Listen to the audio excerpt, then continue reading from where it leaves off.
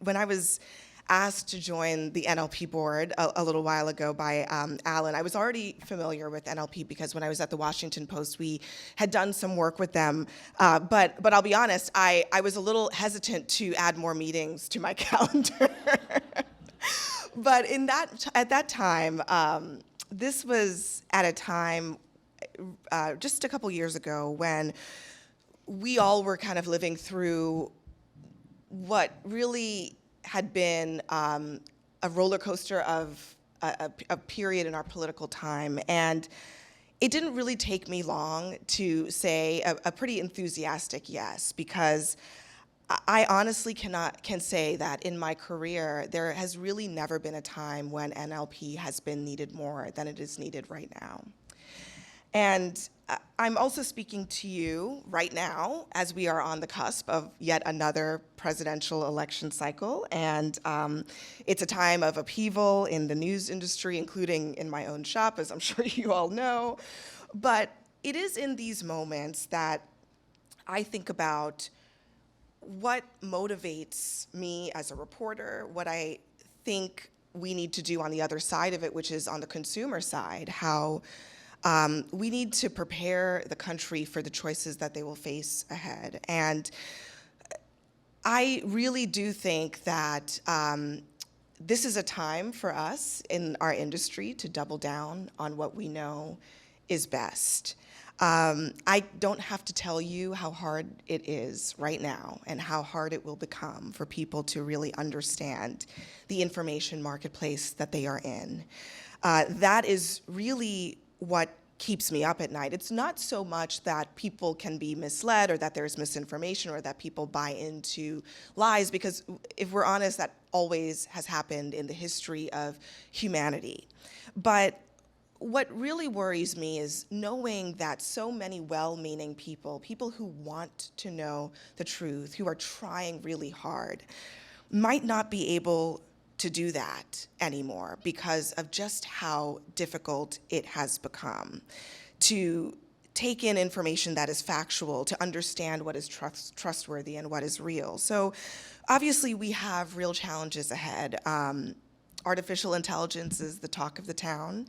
I have to admit, I enjoyed Balenciaga Pope without reservation.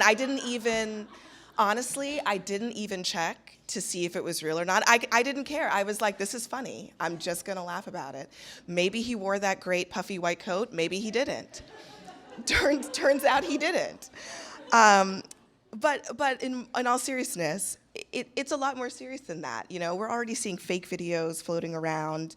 They're doing a pretty convincing job of mimicking people's voices with artificial intelligence. And social media platforms like Twitter, they're making it harder for people to even know who is real and who is not. By taking away real verification, you can just pay $8 to impersonate someone effectively.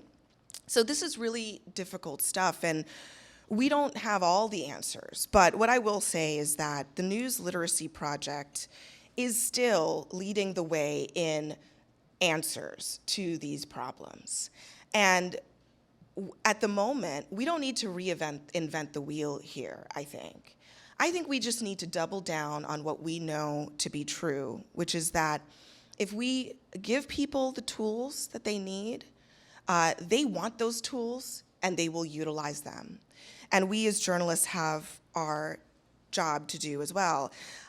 I understand the need. One of the reasons that NLP's mission has always been close to me is just like everybody else, I come from a real family with all kinds of people. I've had very close family members who have gone down some really dangerous, scary rabbit holes on the internet about vaccines and global conspiracy theories. And there were even these well-meaning people who were concerned about human trafficking who were being preyed upon and drawn into conspiracy theories that were about maligning prominent individuals and really about eroding trust in institutions.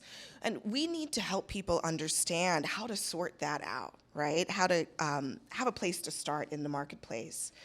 There is a yearning for that is non-ideological, that's not condescending, that's not judgmental, that's intently focused on empowerment. And In this moment, I also just want to mention the work that we have to do as journalists, because we are a part of this as well.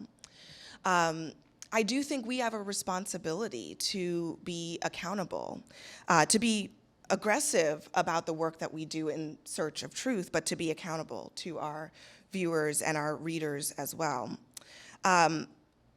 First of all, I mean, I think the days of simply going along to get along as a journalist, to get scoops, those days are long over, or should be, in my opinion.